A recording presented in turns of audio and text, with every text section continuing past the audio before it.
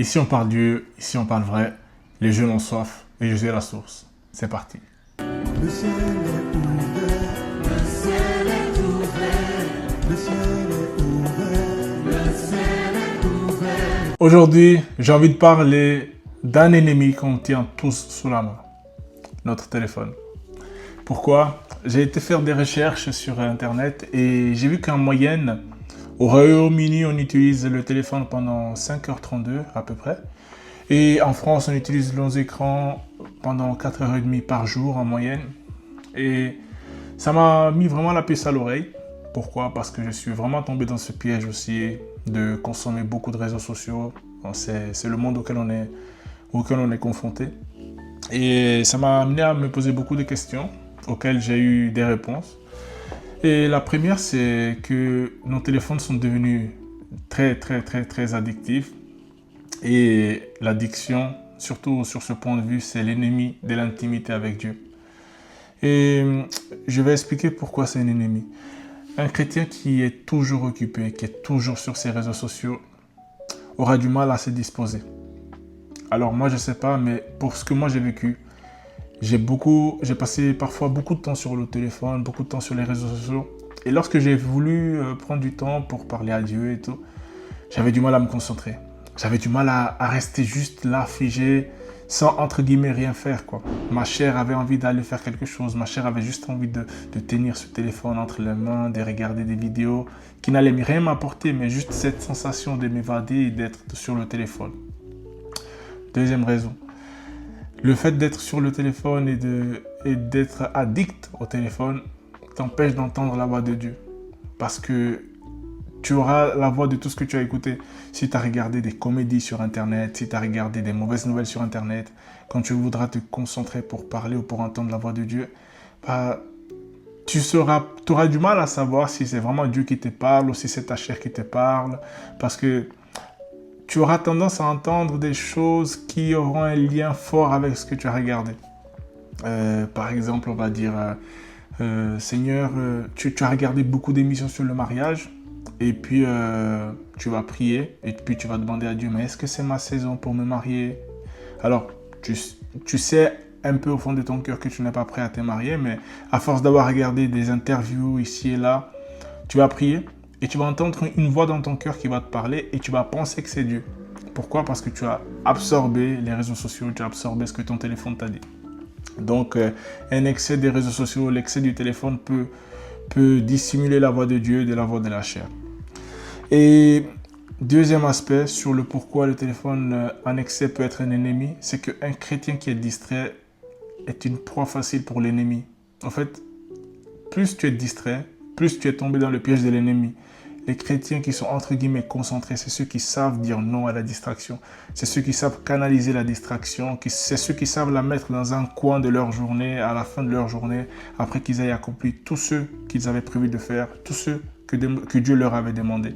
Et c'est ce genre de chrétiens que nous devons aspirer à être. Et c'est un travail justement, c'est une lutte continuelle contre soi. Alors à ces questions, je me suis dit, à ces problématiques, je me suis dit, que faire? Et il y a un verset dans Job qui m'était venu à l'esprit qui dit « À tes résolutions répondra le succès ». Et c'est d'ailleurs le conseil d'un de mes grands frères qui s'appelle Yves Roland, que je salue. Et « À tes résolutions répondra le succès ».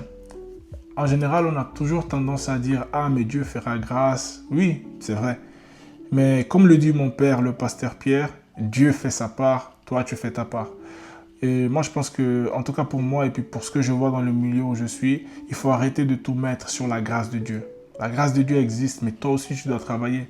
Devenir chrétien n'est pas devenu une inscription à la paresse H24 et puis à récolter des fruits qui sont vraiment énormissimes. Non. Il faut que tu fasses ta part. Tu veux marcher avec Dieu, il y a des choses que tu veux faire. Dans Matthieu 10, on dit que celui qui voudra perdre, qui sauvera sa vie, la perdra, et puis celui qui voudra la perdre pour marcher avec Jésus, la sauvera. Donc il y a une part d'effort à faire. Donc à tes résolutions répondra le succès. Tu veux marcher avec Dieu, prends des décisions. Prends des décisions. Et lorsque tu prendras des décisions, que tu te mettras en mouvement, la main de Dieu va t'accompagner. Parce que comme le disait mon pasteur Pierre, Dieu marche avec ceux qui sont en mouvement. Si tu es arrêté, si le volant de ta voiture est arrêté, tu ne peux pas tourner ton volant. Ça sera dur, ça sera difficile. Deuxième chose à faire, demander à Dieu de l'aide. Parce qu'effectivement, on a besoin de la grâce de Dieu. Et il y a même un verset qui dit que toute grâce descend d'en haut. Et effectivement, on a besoin de la grâce de Dieu pour mener à bout certaines actions, toutes les actions en vérité. Mais j'ai voulu dissocier les deux aspects parce que nous avons une part des responsabilités et Dieu a la sienne. Et Dieu remplit toujours sa part des responsabilités. Donc, nous avons à nous revoir nous-mêmes. Troisième point, c'est qu'il faut se donner des objectifs. Voilà, il faut toujours commencer petit. Le père de la vision, l'apôtre Mohamed Sanogo, disait qu'avant, il avait tendance à faire 40 jours de jeûne et prière par année. Et puis, un certain temps, il avait du mal à le faire. Et Dieu lui a dit de revenir à ton premier amour, de revenir à tes premières œuvres. Et il a recommencé à faire des petits temps de prière. Donc, si moi j'ai quelque chose à conseiller à quelqu'un et à me conseiller à moi-même, c'est de recommencer par des petites œuvres, c'est de recommencer par des courts temps de prière, de 15 minutes, de 30 minutes, des courts temps de méditation, le matin, entre midi et 15 heures, et le soir avant de dormir. Et petit à petit, Dieu va augmenter, va élargir l'espace de d'attente. Alors, quatrième chose à faire, évaluer tes progressions. Évaluer tes progressions, voir par exemple la semaine 1, est-ce que tu as réussi à atteindre tes objectifs? La semaine 2, tu les as atteints? La semaine 3, est-ce que tu peux augmenter tes objectifs? Et ça te permettra de grandir et aussi d'évaluer ce que tu es en train de faire. Une autre astuce que j'ai envie de donner, c'est de mettre son téléphone en mode avion. Moi, je pense que c'est vraiment utile, surtout quand on veut passer du temps le matin avec Dieu.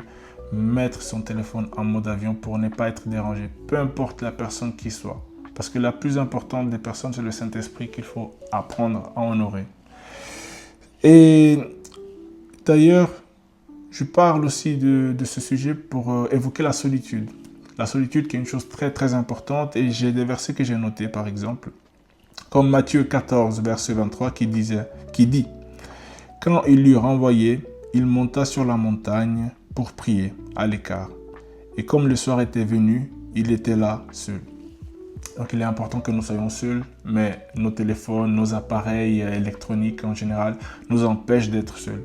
Alors que la solitude avec Dieu, c'est le meilleur moyen de pouvoir communiquer avec lui, de pouvoir entendre, de pouvoir comprendre certaines choses. Un autre verset pour étayer mes propos, c'est Marc 1, verset 35. Vers le matin, pendant qu'il faisait encore très sombre, il s'éleva et sortit pour aller dans un lieu désert où il pria. J'ai rien à ajouter en fait, tout a été expliqué. Et un dernier verset, Luc 5, verset 16. Et lui, il s'est retiré dans les déserts et priait. Alors vraiment j'exhorte tous ceux qui écouteront cette vidéo à prendre des résolutions pour s'éloigner du téléphone, pour se rapprocher de Dieu, pour se rapprocher de la Bible, pour se rapprocher dans des temps de prière.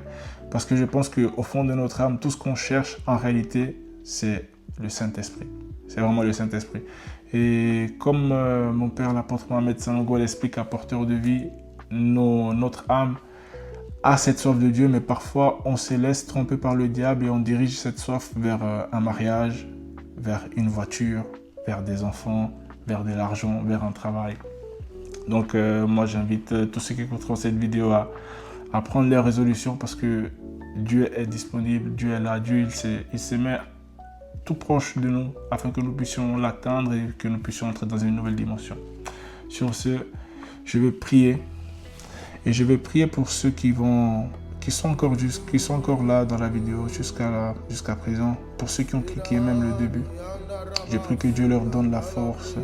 Je prie que Dieu donne la force à tout un chacun de se retirer. Je prie que Dieu donne la force à tout un chacun de se mettre à part, de prendre des résolutions afin d'entrer dans une intimité profonde avec Dieu, de se retirer du téléphone si c'est le téléphone qui est leur plus grande source de distraction.